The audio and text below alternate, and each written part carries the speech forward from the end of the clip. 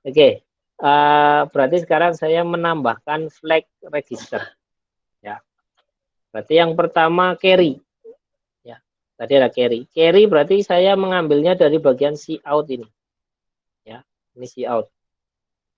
Ini berarti saya punya flag register yang namanya carry. Ya, ambil probe, kemudian pin. Kemudian saya tempatkan ini facingnya saya rubah dulu ke is.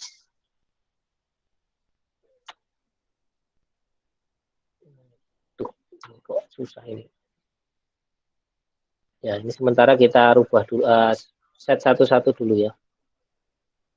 Oke, ini ya, tuh, kejedut. Nah, ini saya kasih label namanya adalah C. Ya, flag C. Atau tadi C. Ini untuk fleksi ya.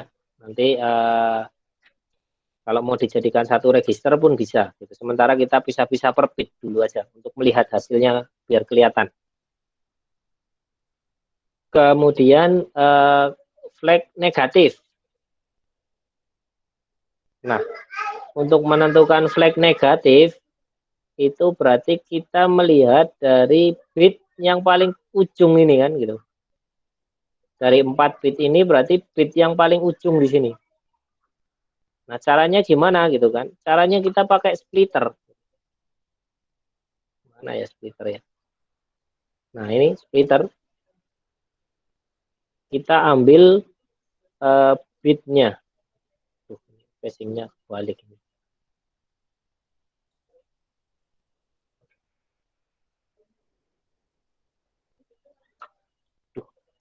Ini mouse-nya kok susah ya. Ya, ini ya. Nah, yang saya ambil adalah yang bit ke paling tinggi. Berarti ini bit ketiga ya. Bit ketiga ini yang nanti saya ambil untuk apa namanya? Bilangan negatif. Nah, ini saya hubungkan ke hasil penjumlahan ini ya. Kemudian negatifnya itu berarti saya masukkan pin di sini. Nah, ini. Ini berarti nanti dia akan menjadi negatif. Ini berarti flag N. Ya. Ini flag N. Sorry, saya salah casing. Nah, ini flag N.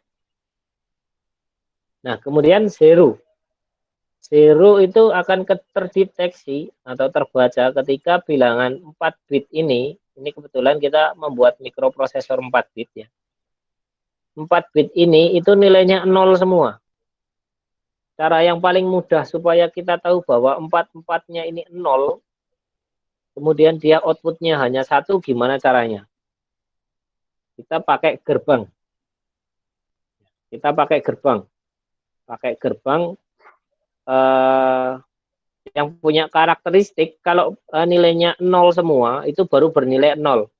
Kalau ada nilai salah satunya 1 saja itu berarti nanti dia nilainya jadi 1. Itu gerbang apa kira-kira? Kalau semuanya 0 itu dia akan menghasilkan outputnya 0. Tapi kalau misalkan salah satu inputnya jadi ada nilai satunya itu berarti nanti outputnya 1. Gerbang apa itu? N atau OR atau XOR? OR, Pak. XOR. OR. Gerbang OR ya. Jadi yang perlu kita tambahkan berarti di sini adalah gerbang OR. Nah, di sini. Ya, ini mungkin saya turunkan aja biar enggak. Nah, ini. Ya. Jadi di sini ini terhubung.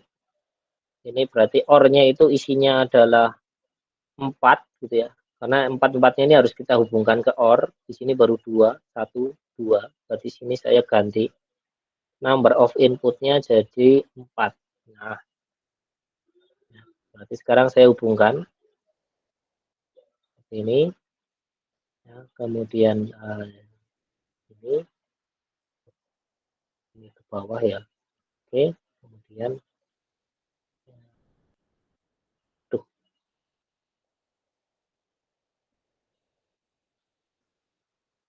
Nah, ini. Berarti nanti kalau salah satunya ada yang bernilai 0, ada saya yang bernilai 1, maka otomatis di sini akan bernilai 1 kan gitu. Nah, sekarang saya tambahkan pin tambahan untuk output. Ini saya lupa ya ngeset nih. Ini input semua. Ini berarti wes, outputnya berarti yes ya. Ini saya salah tadi. Ya, ini saya hubungkan ke gerbang OR. Nah, ya ini berarti flag 0. Ya, mungkin depannya saya ganti aja is. Oh, salah. Facing labelnya kok yang jadi is. Ini yang C dan N ini saya ganti harusnya output ya, karena dia menerima hasil, bukan memberi hasil. Ya, oke. Ini sudah. Satu lagi, berarti sekarang overflow. Nah, ini agak ribet, agak susah. Gitu ya. Agak susah karena saya harus mecah bit.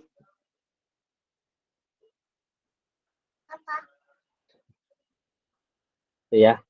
Jadi overflow itu kita perlu membuat karakteristiknya sebenarnya, karakteristik dari apa namanya gerbang yang dipakai nanti. Tapi yang jelas nanti pakainya XOR. Nah untuk mendapatkan apa tadi yang overflow ini rangkaiannya, gitu ya. Kita lihat karakteristiknya dulu. Karakteristik dari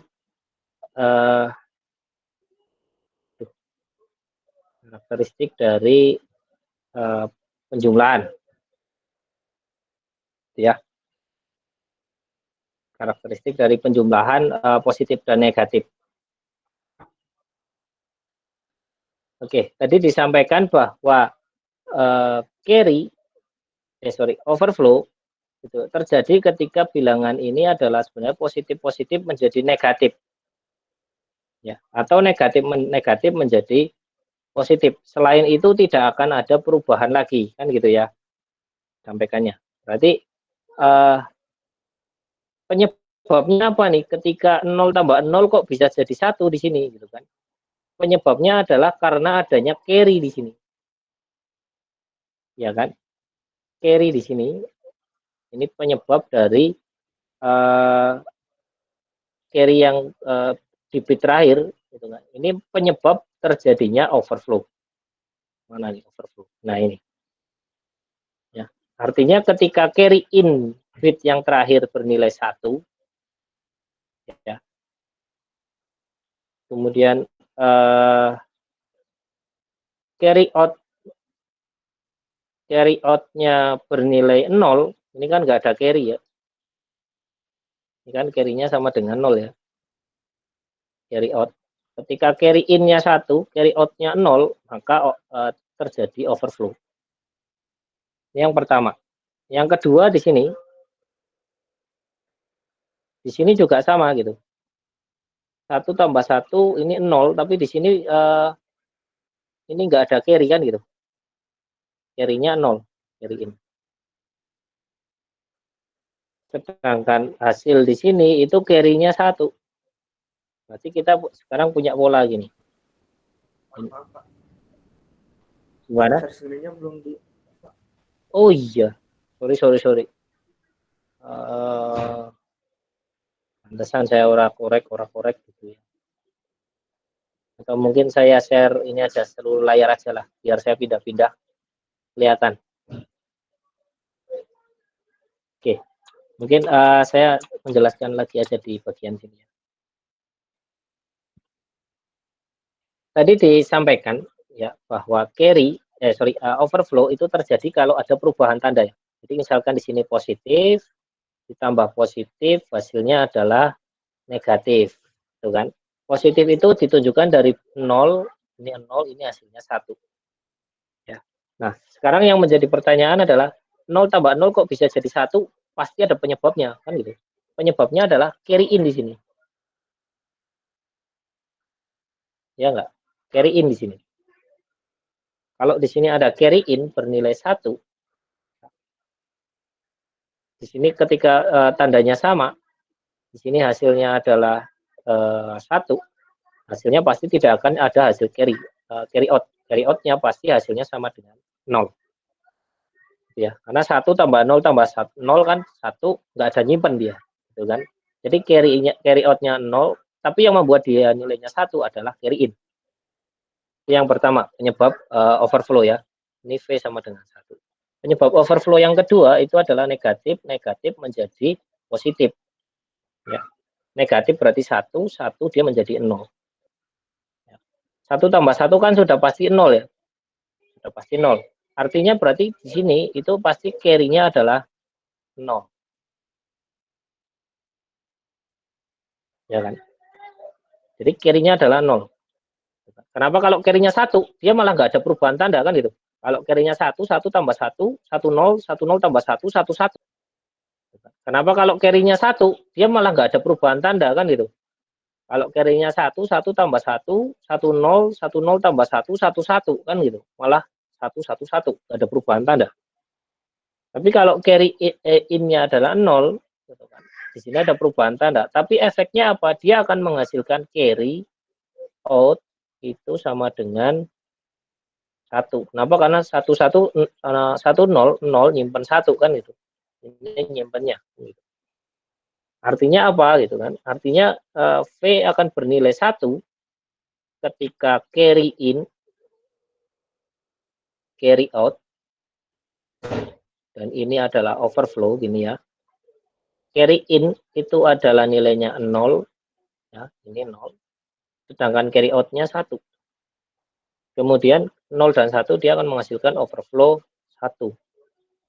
Kemudian di sini carry in bernilai 1, carry out bernilai 0. Tuh kan. Di sini kan carry in-nya 1, carry out-nya 0. Sehingga hasilnya adalah 1. Nah, gimana kalau carry in-nya 0?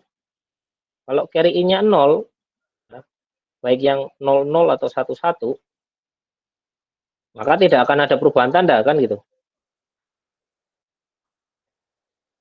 Kalau carry in-nya 0. Gitu kan. Karena kalau 0 berarti kan dia nggak nyimpen apa-apa gitu kan. Maka kalau misalkan carry in-nya 0, carry out-nya 0, itu berarti dia overflow-nya 0, carry in-nya 1, carry out-nya 1, itu berarti juga 0. Ya. Nah, ini gerbang apa nih kira-kira nih? XOR. Kalau ya, ini XOR ya. Jadi sebenarnya untuk menghasilkan overflow ini kita ambil carry in yang di bit terakhir dan carry out atau carry C-nya gitu ya. Kita ngambil C-nya dan carry in yang di bit terakhir. Nah, berarti nanti di rangkaian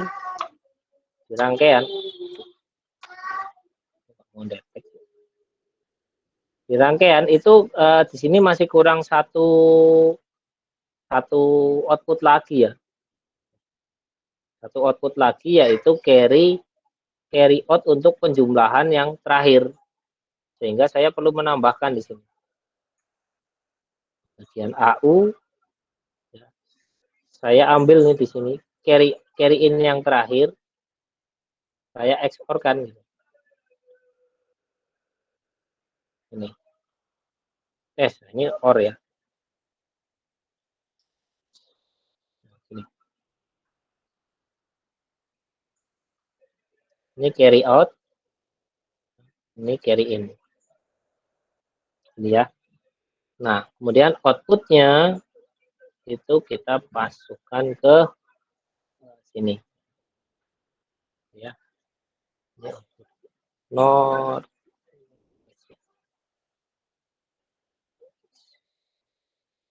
Ini berarti overflow.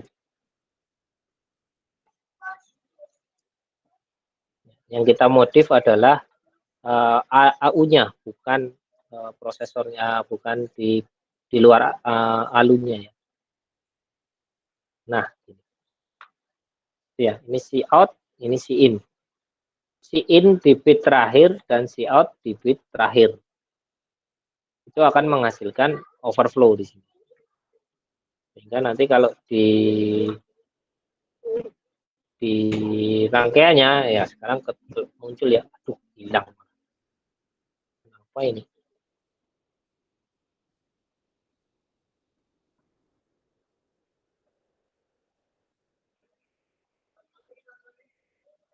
Nah, ini ya. Sebentar.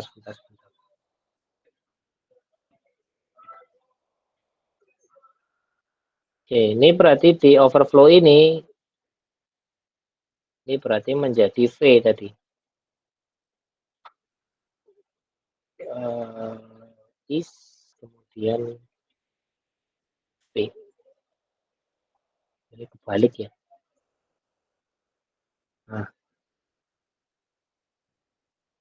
Nah, loh. Oke. Nah, sekarang sudah kita lengkap punya 4 flag di sini. Ada C, ada N, ada Z, dan ada V. Sekarang kita coba gitu ya. Sekarang kita coba mencoba mengimplementasikan. Sebentar, ini kok begini ya? Saya hapus dulu nih.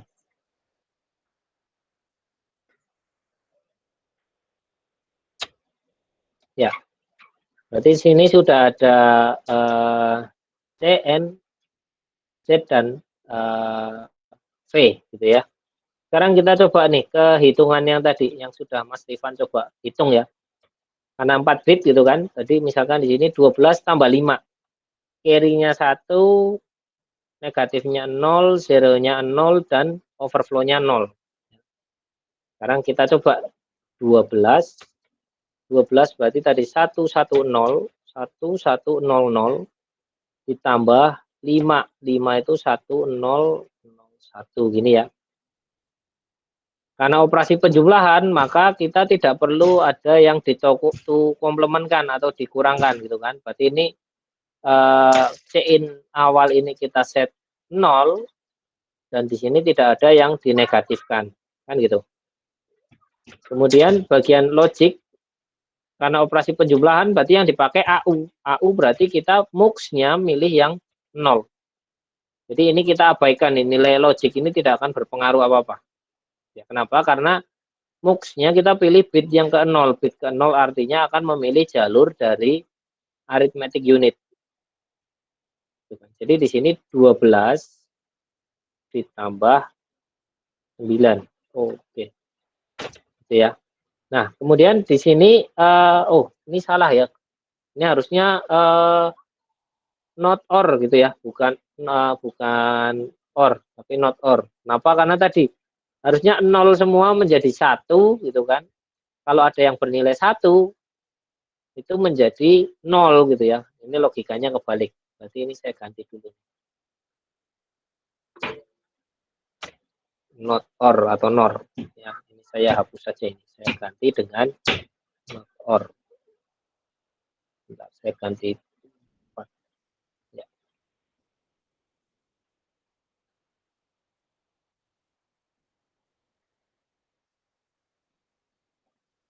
Tuh, malah bundet.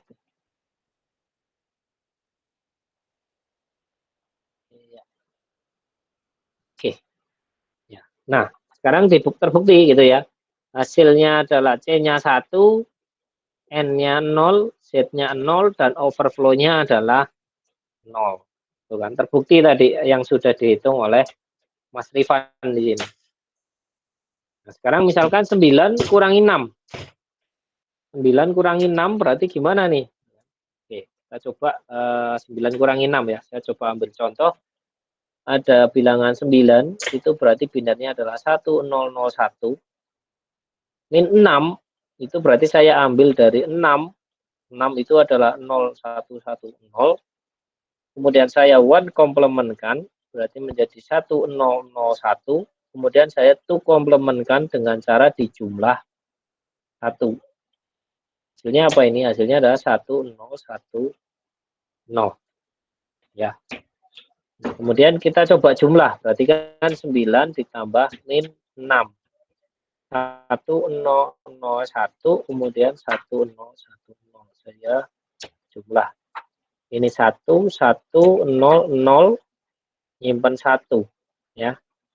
Karena 1 tambah 1, 0, 1, 0. Satunya sebagai carry. Berarti ini adalah C-nya sama dengan 1. Ya kan? Kemudian negatifnya itu adalah ini 0. Z-nya itu adalah, karena ini bukan 0 semua, maka Z-nya adalah 0. Dan overflow-nya adalah 1, 1 berubah tanda menjadi 0. Maka overflow-nya adalah 1. Ya, sekarang kita coba. Berarti di sini angka 9. 9 berarti 1001 gitu ya. Kemudian 6 itu berarti 1 0 1 1 0 itu kan 6. Tapi karena dikurangi maka ini saya tambah rubah menjadi pengurangan. Ini saya notkan supaya dia jadi itu komplement. Gitu ya. Nah, sekarang terlihat gitu. Dari sini berarti 9 kurangi 6 hasilnya adalah C-nya 1, Z-nya 0, N-nya 0, dan V-nya sama dengan 1. Ya, sudah terbukti dari hasil perhitungan di sini. Ya. Jadi implementasinya secara rangkaian kurang lebih seperti ini. Jadi sebenarnya kalau kita belajar di level rangkaian logikanya, ya, di logic levelnya, sebenarnya ketika kita membuat program dalam bahasa tingkat tinggi, entah itu dalam bahasa apapun, ya, yang akan dilakukan oleh microcontroller atau microprosesor ya seperti ini. Itu kan. Jadi dia hanya melihat 0 dan 1 saja. 0 dan 1 kalau cuma 1 bit gampang gitu ya. Kalau 1 nyala, kalau 0 mati kan gitu. Tapi ketika ini bitnya jadi panjang, jadi 4 bit, jadi 8 bit, jadi 32 bit, di situ kadang-kadang menjadi ruwet. Gitu ya. Oke, ini contohnya. Kemudian contoh yang terakhir tadi 12 tambah 13 ya. Iya, 12 tambah 13 ya. 13 berarti binernya adalah 8 tambah 5 ya. 8 tambah 4 tambah 1. 12 berarti 8 tambah 4. Nah, jumlah. Ini 1, ini 0, ini 0, nyimpen 1. Kan? 1 tambah 1, 1 0, 1 0 tambah 1, 1 1. 1 nyimpen 1. Jadi ini di sini nanti C-nya sama dengan 1, kemudian negatifnya 1, ya, di sini negatifnya, kemudian zeronya adalah 0, karena di sini itu bukan 0, overflow-nya adalah 0. Kenapa bisa 0? Karena di sini 1, sini 1, hasilnya 1. Negatif, negatif menjadi negatif. Sehingga overflow-nya adalah 0. Ya, kita coba. Ya. Barangkali saya ada yang salah di perhitungan atau salah di simulasi. 1101, berarti ini 1101 ditambah 1100 ya, dijumlah berarti ini pengurangan seset 0, notnya saya setting 0. Nah, sekarang kita lihat nih.